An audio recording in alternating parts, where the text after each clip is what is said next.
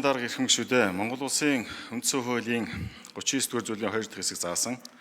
бүрэн эрхийн дагуу Монгол Улсын ерөнхийлөгчөөс Гомбожийн Зандан шатрыг Монгол Улсын ерөнхий сайдаар томилох саналыг Улсын их хурлд 2025 оны 6 дугаар сарын 10-ны өдөр өргөн мэдүүлсэн. Монгол Улсын үндсэн хуулийн 25 дугаар зүйлийн 1 дахь хэсгийн 6 дахь заалт, Монгол Улсын их хурлын тухай хуулийн 22 дугаар зүйлийн 22-ийн 3-ын 7 дахь заалт, Монгол Улсын их хурлын чуулганы хуралдааны дэгийн тухай хуулийн 24 дугаар зүйлийн 24-ийн 1 дахь хэсэгт заасныг тус үндэслэн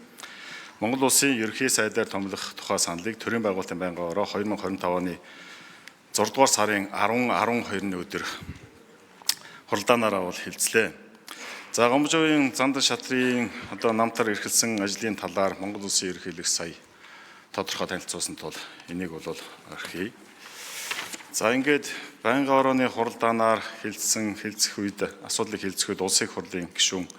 Эс Зулбахаар, Б Батбаатар, Н Номтой Баяр, Э Болормоо, Б Пүрв Дорж, Ж Баярмаа, Ж Зол Жаргал нар асуулт асууж хариулт авсан бөгөөд Улсын их хурлын гишүүн Б Баярбаатар хөдөө аж ахуй, газар тариалангийн салбарын бодлого, төрийн өмчийн компанийн бүтээмжийн талаар болон засгийн газрын бүрэлдэхүүнд гендерийн асуудлыг анхаарч үзэх талаар Улсын их хурлын гишүүн Зулбахаар мэдээлэл, байр сууриа, нотолгоо,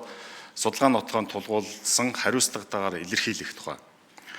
Монгол улс арчилсан чөлөөт улс хэвээр байгаа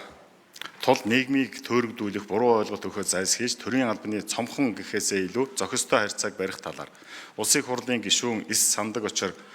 засгийн газар тогтвортой ажиллах талаар мөн нэмэгдсэн өртгийн албан татварын буцаан олголтыг нэмэгдүүлэх, хөдөө аж ахуйн гаралтай бүтээгдэхүүний боловсруулалт, үйлдвэрлэлт болон хувийн хөгжлийг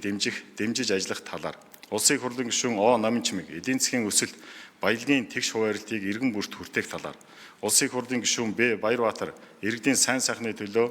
хариуцлагатай шуурхай зарчимч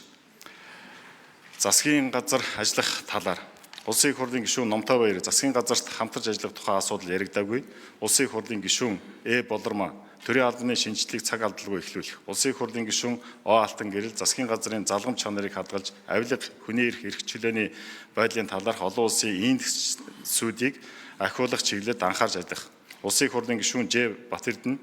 улсын ажлын байр, иргэдийн орлогыг нэмэгдүүлэх, жижиг дунд үйлдвэрлэлийг дэмжих чиглэлээр хөтөлбөр боловсруулж хэрэгжүүлэх талаар тус саналаа илэрхийлсэн болно. Гомбожийн Зандан шатрыг Монгол Улсын ерөнхий сайдаар томилуулах саналыг байнгын орооны хуралдаанд орсон гишүүдийн дийлэх олох дэмжлээ. Улсын их хурлын эрхэм гишүүдээ Монгол Улсын ерөнхий сайдаар томилох тухай саналыг хилцэх талаар төрийн байгуулалтын байнгын орооны санал өгүүлэлтийг хилцэн шийдвэрлэж Монгол Улсын ерөнхий сайдыг томилох тухай Улсын их хурлын тогтоолын төслийг баталж өгөхийг та бүхнээс хүсье. Анхаарал хандуулсанд баярлалаа.